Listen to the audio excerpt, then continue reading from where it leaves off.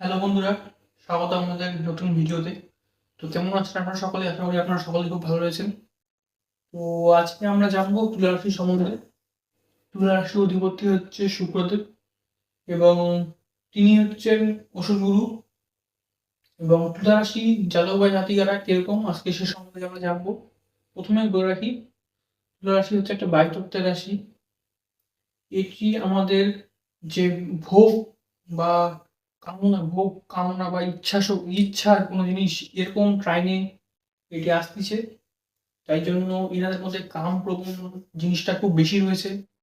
আর এনাদের মনটা খুব নরম, বায়ুর মতো এক কথায়। তো কেউ যদি এনাদের সম্বন্ধে কোনো প্রশংসা করে, এনারা খুব উদ্বিগ্ন হয়ে যান এবং ভাবেন যে না, আমি সত্যি খুব ভালো বা আমাকে আমাকে সত্যি পছন্দ করে। তো এটা তারা ভাবে যে আমাকে খুব পছন্দ করে, এই জিনিসটা কিন্তু ভুল। তারা পরবর্তীকালে সেটা কিন্তু বুঝতে পারে তারা। আর সর্বপ্রথমে ক্যারেক্টারিস্টিক্স এর কথা বলি। তো এনাদের মধ্যে দেখা যায় সাধারণত এনারা অ্যাট্রাকটিভ খুব হন, কারণ শুক্রের কারকতা রয়েছে। এনাদের মধ্যে একটা আর্টিস্টিক নেচার রয়েছে, কারণ শুক্রের কারকতা রয়েছে। এনারা কিন্তু সব জিনিস কিন্তু ব্যালেন্স করে চলতে ভালোবাসেন, কারণ দেখবেন দাঁড়িপাল্লার একটি চিহ্ন রয়েছে। এনাদের মধ্যে মাল্টিপল অপশন থাকে। এক কথায় একটা কোনো আইডিয়া যদি না চলে, এনারা সেকেন্ড আইডিয়াটা নিয়ে চলে, যাতে ফার্স্ট আইডিয়া যদি ফেল হয় তাহলে সেকেন্ড আইডিয়াটা যাতে আমার ঠিকঠাক মতো চলে। আর আপনারা জানেন যে তুলা রাশিতে শনি হয় উচ্চস্থ। তো এনাদের লাইফে 30 থেকে 32 বছরের পরেই এনারা লাইফে উন্নতি লাভ করতে পারেন সেরকম ভাবে। এনাদের মধ্যে প্রচুর লাক্সারি ব্যাপারটা আছে, প্রচুর ভোগ বা ভোগের পিছনে প্রচুর টাকা অর্থ ওরা ব্যয় করা, এরকম একটা এনাদের মধ্যে টেন্ডেন্সি রয়েছে।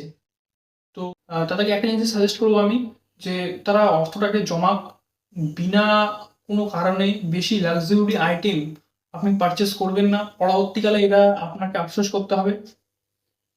আর এনাদের মধ্যে একটা জিনিস দেখা যায় কি, মানে যে কোনো জিনিস যখন কিনবেন খুব কস্টলি বা খুব ব্র্যান্ডেড জিনিসটা কিনবেন, একটা প্রচুর একটা ব্র্যান্ড, নামি দামি একটা কোম্পানি, এই জিনিসটা লক্ষ্য করা যায়।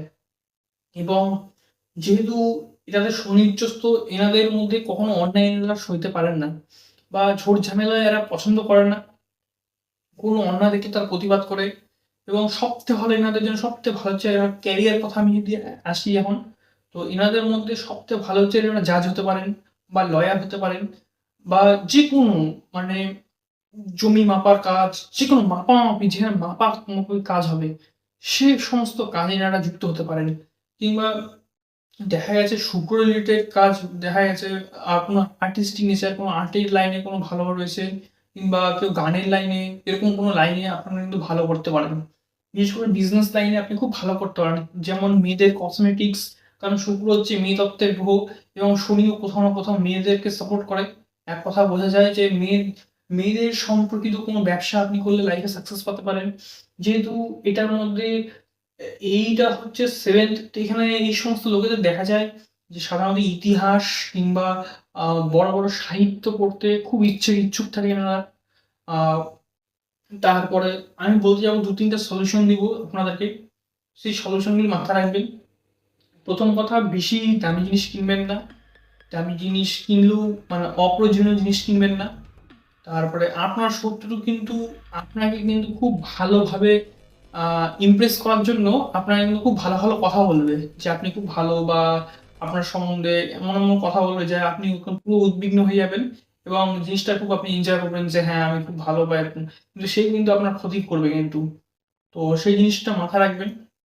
এবং যেটা বললাম, বায়ুতত্ত্ব তার কারণে আপনাকে ইনফ্লুয়েন্স করা খুব সোজা।